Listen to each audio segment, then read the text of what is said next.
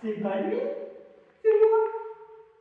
Voilà 2 ans que j'essaie de lui apprendre à siffler. Il ne veut rien savoir. Il est peut-être muet. Muet? Ferdinand? Ah, vous voulez rire? Il a une voix du tonnerre. Il est comme Tino. Il la ménage. Tu entends, Ferdinand? Voilà à quoi tu nous exposes avec ta fainéantise. Alors, fais un effort, petite vache. Armande, quand tu auras fini, tu iras aider Juliette à faire les lits. Et puis, je t'ai déjà interdit de siffler au salon. Ça fait bastringue. Ici, c'est pas une tôle, c'est une pension de famille. Alors, ferme ton clapet. Mais Madame Point! Y a pas de Madame Point, tu nous cours avec tes cuits-cuits. Puisqu'elle prépare la numéro d'imitation. Oui, eh bien, elle n'a qu'à imiter Juliette et qu'elle aille vider les autres. À propos, on vous réclamait tout à l'heure à l'étage. Il y a du grabuge. Mademoiselle Cuc est rentrée dans la salle de bain et ne veut pas en sortir. Le docteur Lins est dehors et voudrait y entrer. Un véritable scandale. On va tenir la voilà qui arrive. Le docteur Lins a dû lever le siège. Bonjour Madame Colline. Bonjour ma chère amie. Comment allez-vous? Très bien, tant mieux. Vous m'excuserez si je ne bavarde pas. Je vais m'installer dans mon coin. Le travail m'attend. Vous avez bien raison, il ne faut pas laisser s'enfuir l'inspiration. Il n'y a pas beaucoup de nouveaux pensionnaires en ce moment. Non, c'est dommage. J'adore les nouveaux. Forcément, vous vous dites à chaque fois, j'ai peut-être ma chance. J'ose pas comprendre, docteur. N'oubliez pas que vous vous adressez à une vraie jeune fille. J'ai connu quelques vraies jeunes filles. Aucune ne passait 1 heure dans la salle de bain. Tenez, Madame Poix, donnez-moi plutôt un whisky. Un whisky pour le 17. À 9 h du matin. Je ne suis ni d'âge, ni de caractère à me laisser juger par une petite bourgeoise calamiteuse. J'ai tiré 25 ans de brousse, ne l'oubliez pas. Allez, au lieu de vous engueuler, donnez-moi plutôt du feu. Vous permettez, belle dame, vous permettez? Oh, professeur, toujours là quand il le faut. Et vous désirez déjeuner? Non, je ne désire que le bout de vos doigts roses pour éviter un baiser. Madame, c'est un monsieur qui demande madame. Et tu l'as fait entrer dans le bureau, le monsieur? Non, madame. Le monsieur est ici.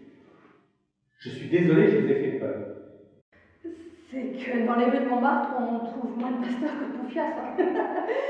Je veux dire, plus d'âmes égarées que de ministres du culte. J'avais traduit. Entrez, n'ayez pas peur. Entrez, entrez. Le spectacle en vaut la peine. Vous avez devant vous le célèbre, l'incomparable, la Lapour. Ma mère s'appelait Béchu et mon père Friquet. Un jour, le petit Friquet a disparu. Hop là, parti! Plus de Friquet. Et à sa place, savez-vous qui on a trouvé dans la boîte? La Lapour, le vrai, l'unique, et qu'on prenne qui pourra. J'adore la peinture. À cette place, il y a une pochette de Villard. Alors un jour, je l'ai escamotée. Comme ça, par inattention. Tout comme les aiguilles de la pendule, l'abat-jour de la lampe, et puis le fil du téléphone. Allô? Allô? Quel était l'appareil? Plus personne, il a disparu lui aussi. Oui, c'est devenu chez moi une manie, une seconde nature. Lorsque j'ai un objet dans les mains, hop, il s'évanouit. Il y a des moments où je m'inquiète moi-même. Et pourtant, je ne suis pas d'une nature à m'inquiéter. Oh non, non, non, non, je suis plutôt bon enfant, moi. Tout le monde m'est sympathique. J'aime bien la conversation. Alors ça, c'est un lot de pantalons pour mes poupées. Comme vous voyez, je fabrique des pantins. Ah, vous regardez leur tête. Eh oui, elles n'ont pas de visage.